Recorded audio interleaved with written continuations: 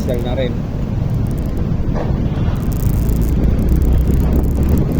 Bukas wala nang gala.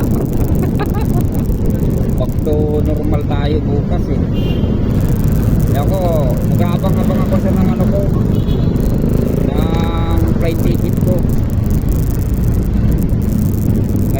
Ngayong buwan na din to paparating. May ano na ako, may visa na ako.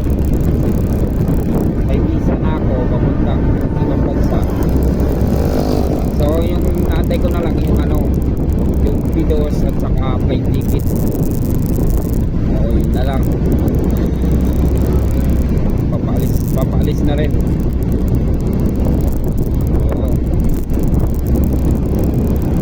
Walang nangyari dito sa atin sa Manila o sa Pilipinas.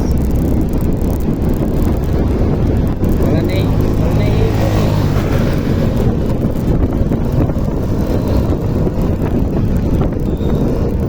puro lang labas eh. Canada sir eh. Oo. Good sir. Ha? Ano, nag-apply ako sa MIC International Incorporated Agency sa may Caloocan. Nagkala ko matagal ko na yun in-apply.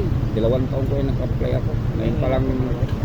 Ngayon lang sila nag-update ng tuloy-tuloy. But sir, galing ano, yung parang sa palengke, yung nagkakatay ka ng baboy, baka.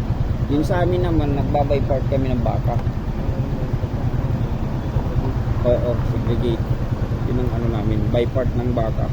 Kumbaga, yung ginagawa namin nagiging ano, high value na karnina. Kumbaga, binibigyan namin ng special cut. Yun ang ano namin. Yun ang magiging trabaho ko doon.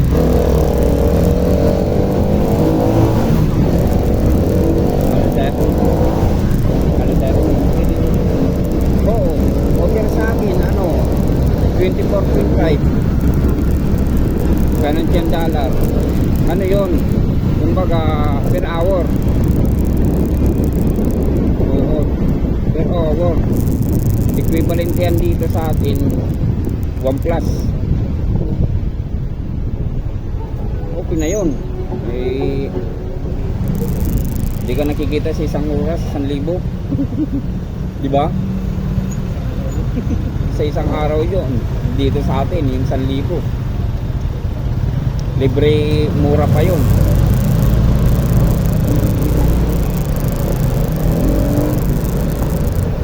Doon kasi ano, per oras yung binabayaran eh. Yung offer sa amin dati ano, 24.5. Sana hindi magbago.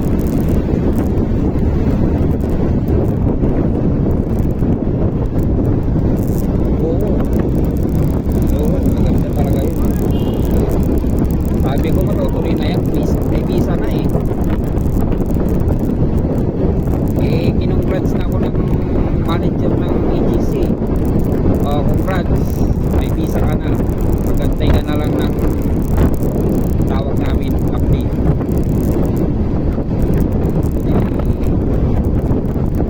Salamat, matuloy ako.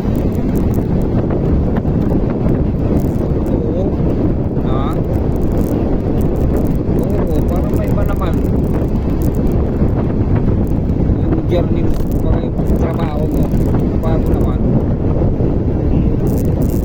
Oo. Total, malayo na din ako sa anak ko. Nasa probinsya. Mas ano natin, para mas malaki yung may tulong sa mga anak.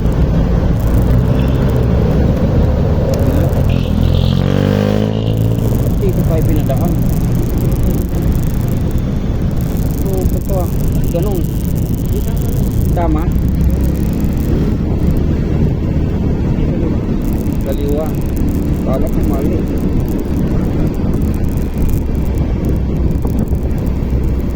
Kasi naano ko, doon, pwede din doon. Pero iikot pa.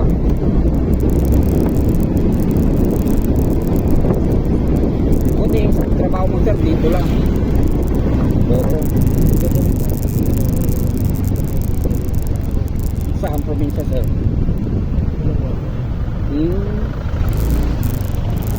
Layo din ano. Dito trabaho. Oo, yun lang. Nandito talaga. Talaga nandito talaga sa Makati yung trabaho natin Maynila.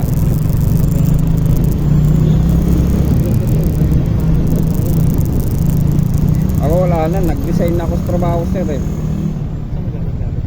Ano ako, dati akong nangampanya.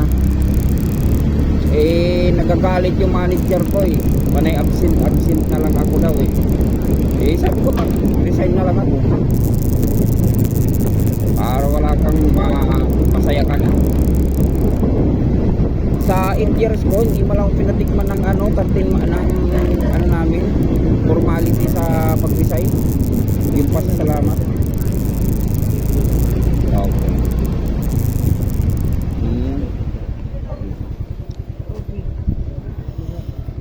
8 years na servisyo, wala man ako binigyan, hindi mo lang ako binigyan ng separation pay. Separation? Oo. Walang ganun? Wala. O hindi lang ako nag-active, nag-verify talaga. Ay, hindi ko na inabol yun. Sabi, sa inyo na yun. Sayang yun. Pero sayang yun. Kasi ang ano ko, yung 8 years. Magkano ulit ano dyan, Jesse? 132. Kasi yung ano, yung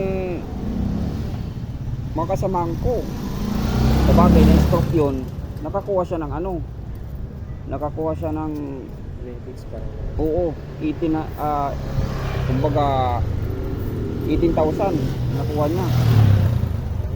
2 taon nga lang yun. Sabi ko yung sa akin 8 years. Pero yun, stroke yun. Kasi kaso nila.